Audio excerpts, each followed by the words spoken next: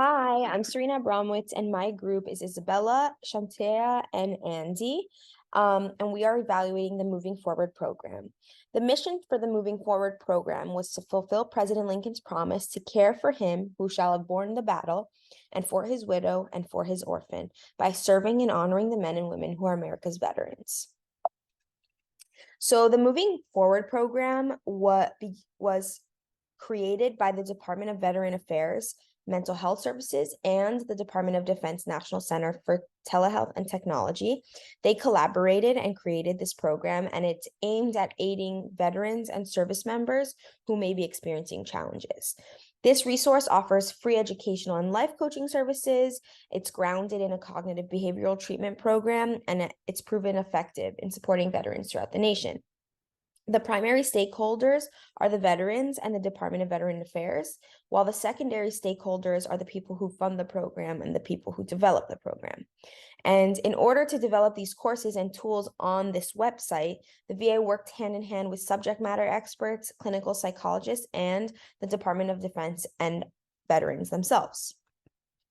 The history of the Veterans Administration is it was created in 1930, and it was created when Congress told the president to consolidate and coordinate government activities affecting war veterans.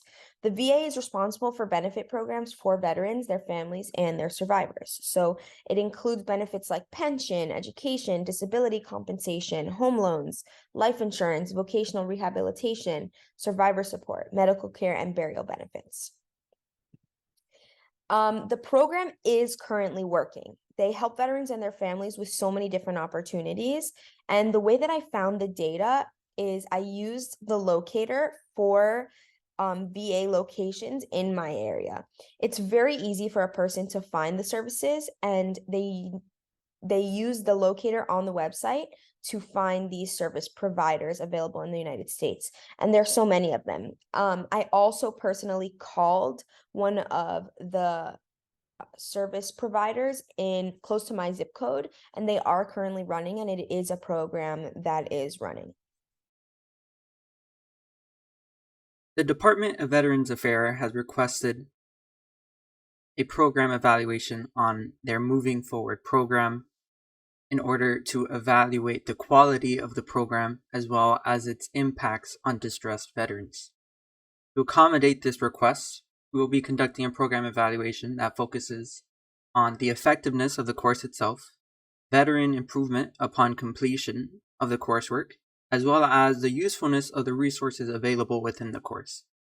The program evaluation will aim to assist the success rate of the program's goals in assisting veterans and will address resource management of the program itself. In the website, there are a multitude of resources available even after completing the program, and thus we will be testing what resources are most effective as well. To accomplish this, we will be centered around the pragmatic paradigm, which seeks to understand using common sense. Since the VA has requested that we test the usefulness of the program on veterans, this seems like the most logical paradigm to follow. This paradigm assumes that there is truth within one reality, which will be useful when working with the stakeholders and interacting with them, as we will be valuing their differing viewpoints on the effectiveness of the data as well as how the data may apply to the changes that they are willing to make.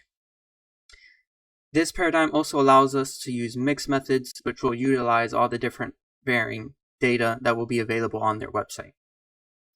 Data under this paradigm serves the purpose of collecting information that supports the practical usefulness of resources and how they may improve. Within the scope of this evaluation, a pragmatic evaluation relies on the stakeholders, primarily the program staff and managers, to work closely with evaluators as a user of the data we collect. Unlike some other paradigms, the pragmatic paradigm, or at least the utilization-focused evaluation approach that we will be using, relies heavily on making active changes and working directly with the stakeholders. In this case, the stakeholders play a key role in data analysis and collection. The resources available on the Moving Forward website will allow us to collect a variety of quantitative data, as well as surveys that we may use as well.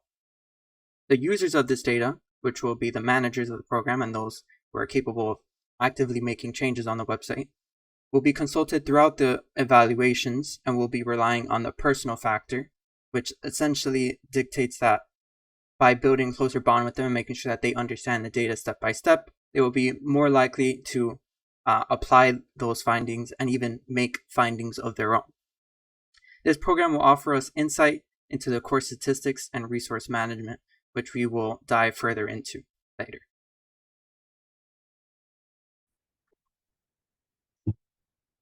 So the variables and influence in our study, first with the variables, managing stress, relationship challenges, coping with primary injury, financial difficulties, and adjustment issues. And the reason why we chose these variables is because in the program, these are some of the main topics they focus on with when it comes to training the veterans. And using the pragmatic paradigm to evaluate each of the variables, we will be using more of a common sense and practical thinking approach. Also using this, and just a little history about the pragmatist philosophy. It holds that human action can never be separated from the past experiences and beliefs that have originated from those experiences. Pragmatism accepts that there can be single or multiple realities that are open to experiment. The website offers training courses for anonymous participants to learn and engage in helping with life's difficulties. Now, these variables will assist in measuring and assessing results and performance measures of our participants once they complete the survey.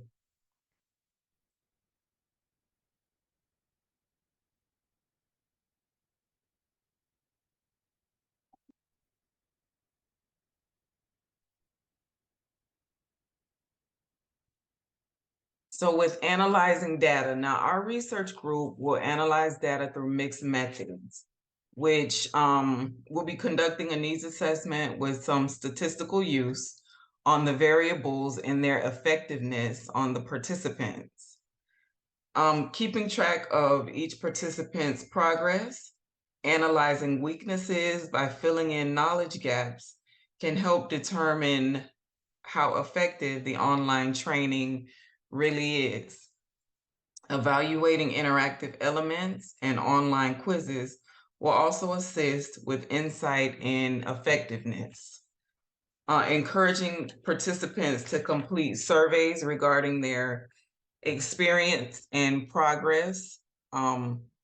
Basically follow-up surveys just to see how and if the courses actually helped them and assisted them, with whatever struggles they were going through. And once that data is collected, we would gather those analytics and compare the findings. Now, we use our group. Our project is summative. The goal is to see the end product and how effective the results of the program are for veterans, getting the big picture and assessing the overall experience of a finished product.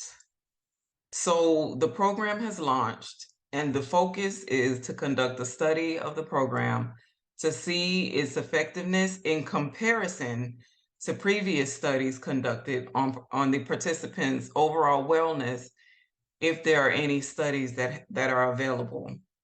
Now, our summative evaluation will paint an overview picture of the usefulness and helpfulness of the program, which in turn gives us more accurate and effective ways to help veterans in the coping process.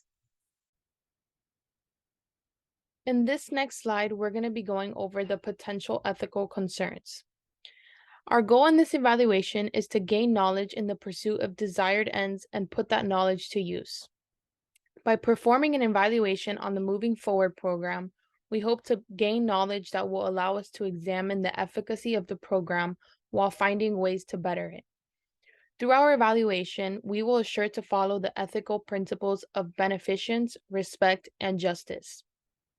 Some of the ethical concerns that could arise are sample selection, informed consent, and competency.